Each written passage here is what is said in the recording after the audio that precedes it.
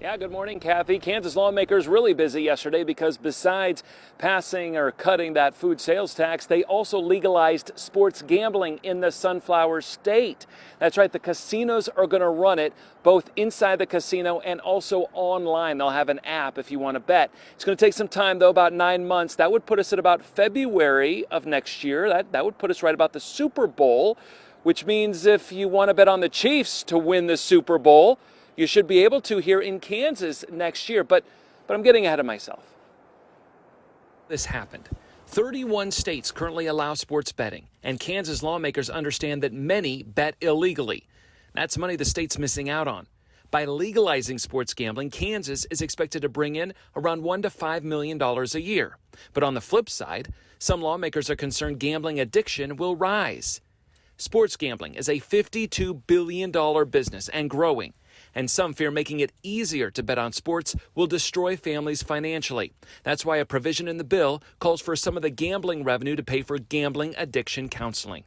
But most of the money the state collects, 80% of it, will go into a stadium fund that lawmakers can use to attract professional sports teams to move to Kansas, specifically the Kansas City Chiefs.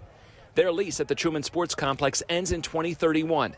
Kansas leaders hope to entice the Chiefs by offering to help finance a new stadium with this money. If you had a football team in western Wyandotte County, how many places would have a football team, a world-class soccer team, casino? It'd be a fun place for people to come when the Chiefs are home.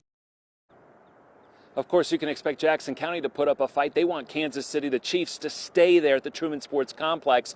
That lease ends in 2031. So we have 9 years before the Chiefs really have to make a decision. Of course, they'll make it sooner, but at least Wyandotte County and Kansas will have some funds, millions, tens of millions of dollars at their fingertips to maybe entice them to come here. By the way, Governor Laura Kelly is in support of this bill, so expect her to sign it soon.